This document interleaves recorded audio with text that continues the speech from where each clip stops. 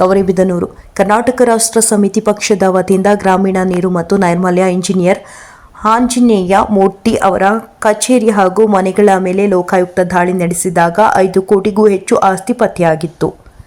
ಈ ಹಿನ್ನೆಲೆಯಲ್ಲಿ ಕರ್ನಾಟಕ ರಾಷ್ಟ್ರ ಸಮಿತಿ ಪಕ್ಷದ ಕಾರ್ಯಕರ್ತರು ಭ್ರಷ್ಟ ಅಧಿಕಾರಿಯನ್ನು ಸನ್ಮಾನಿಸಲು ನಗರದ ಪ್ರವಾಸಿ ಮಂದಿರದಿಂದ ಆಂಜನೇಯ ಮೂರ್ತಿ ಅವರಿಗೆ ಭಾವಚಿತ್ರವನ್ನು ಹಿಡಿದುಕೊಂಡು ಕಾಲ್ನಡಿಗೆ ಜಾಥಾ ಮೂಲಕ ಘೋಷಣೆಗಳನ್ನು ಕೂಗುತ್ತಾ ಕಚೇರಿಗೆ ಸಾಗಿದರು.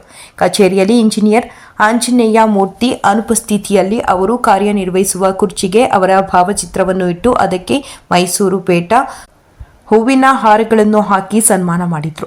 ಈ ವೇಳೆ ಪಕ್ಷದ ಉಪಾಧ್ಯಕ್ಷ ಜಾಣಗೇರಿ ರವಿ ಮಾತನಾಡಿ, ಭ್ರಷ್ಟ ಅಧಿಕಾರಿಗಳಿಗೆ ಯಾರ ಭಯವೂ ಇಲ್ಲದೆ ಬೇಕಾಬಿಟ್ಟಿಯಾಗಿ ಹಣ ಮಾಡುವ ದಂಧೆಯಲ್ಲಿ ತೊಡಗಿದ್ದಾರೆ. ಇಂತಹ ಭ್ರಷ್ಟ ಅಧಿಕಾರಿಗಳಿಗೆ ಬುದ್ಧಿ ಕಲಿಸಲು ಈ ಸನ್ಮಾನವನ್ನು ಹಮ್ಮಿಕೊಳ್ಳಲಾಗಿದೆ ಎಂದು ತಿಳಿಸಿದರು.